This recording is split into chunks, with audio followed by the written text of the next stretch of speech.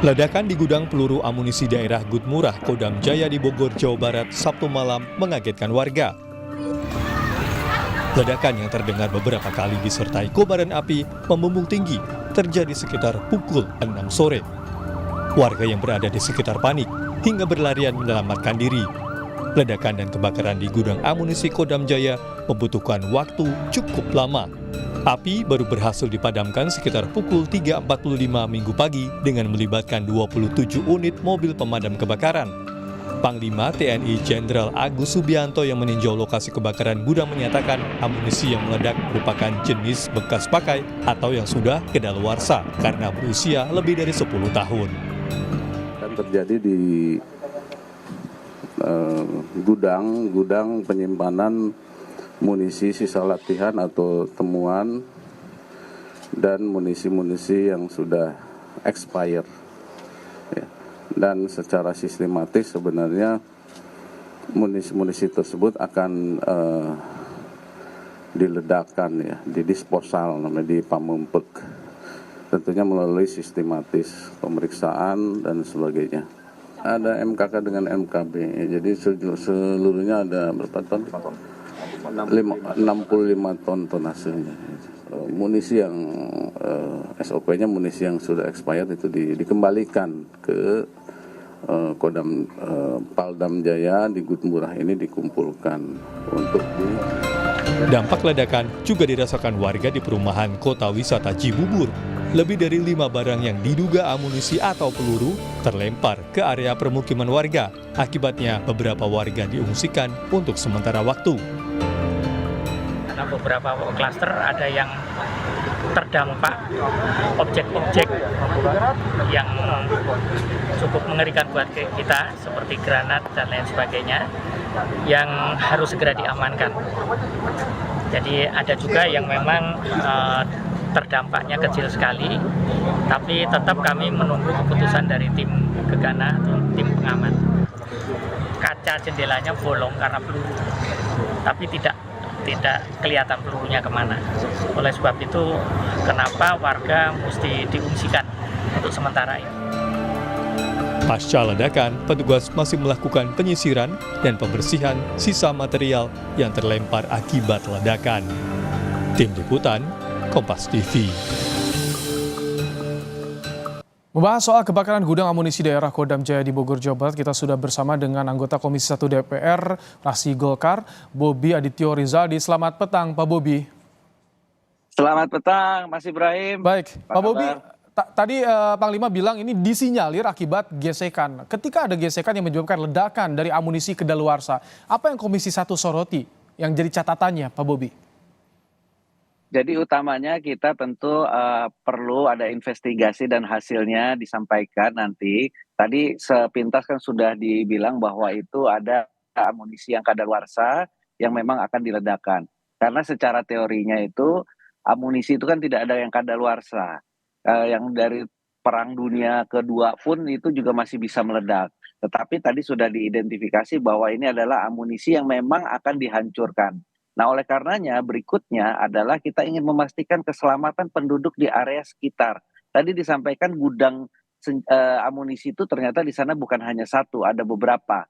Nah, kami berkeyakinan bahwa waktu dibuat gudang tersebut itu adalah sebelum banyaknya pemukiman seperti saat ini, sudah 30 tahun lalu atau 40 tahun yang lalu.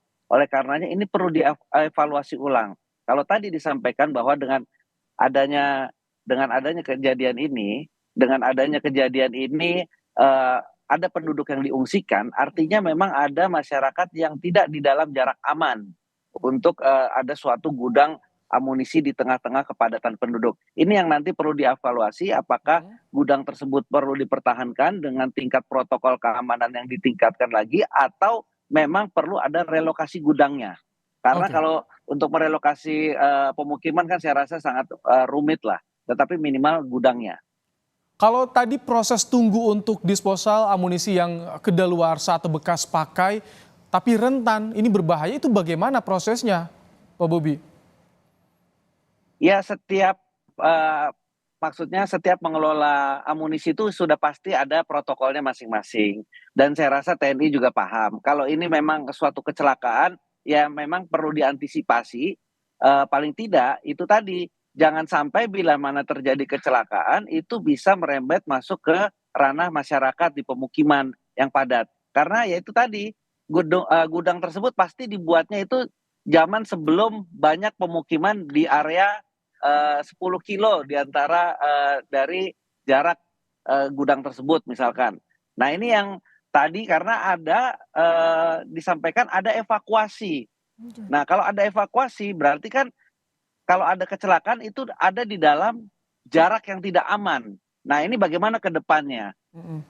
Pak Ini yang Bobi, paling utama yang perlu secara diidentifikasi. baik. Pak Bobi tadi Panglima bilang tidak ada human error, tapi karena gesekan. Namun dalam investigasi apakah juga tidak bisa dinafikan soal human error atau dugaan kelalaian manusianya? Kalau soal kenapanya itu kan ranahnya di mereka lah yang paling paham. Apakah itu human error atau tidak. Tetapi yang kita menjadi pertimbangkan adalah bagaimana jarak aman gudang tersebut yang ada di pemukiman penduduk. Itu yang paling utama. Itu yang paling utama. Kalau apakah itu selama tidak ada korban jiwa, terus tadi sudah diidentifikasi, yaitu memang mereka TNI yang paling paham. Tetapi kami melihatnya dari lokasi. Apakah lokasi tersebut bila dipertahankan dan ada kemungkinan potensi seperti ini terjadi lagi, ini yang perlu dievaluasi dari Tapi mungkin hasil dari temuan Komisi 1 tadi. mungkin untuk mendorong direlokasi gudang amunisi ini. Ini kan Kodam Jaya, masih wilayah di Jakarta Raya ini nantinya. Ya, saya rasa kalau memang tadi itu ada evakuasi, ya saya rasa itu perlu dipertimbangkan untuk adanya relokasi. Apalagi kan kita untuk di Jaya ini kan ada sedang perencanaan aglomerasi, yaitu daerah-daerah yang sekitar yang terdekat dengan ibu kota kita. Nah ini yang mungkin menjadi pertimbangan yang diperlukan dalam nanti mengevaluasi kecelakaan ini. Sehingga nantinya jangan sampai terulang lagi bila mana ada kecelakaan seperti di Cilandak KO tahun 1984, ini tidak bisa diantisipasi. Baik, terima kasih Pak Bobi, anggota Komisi 1 DPR, fraksi Partai Golkar, menyampaikan pandangan soal peristiwa terbakarnya gudang amunisi daerah Kodam Jaya di Bogor, Jawa Barat.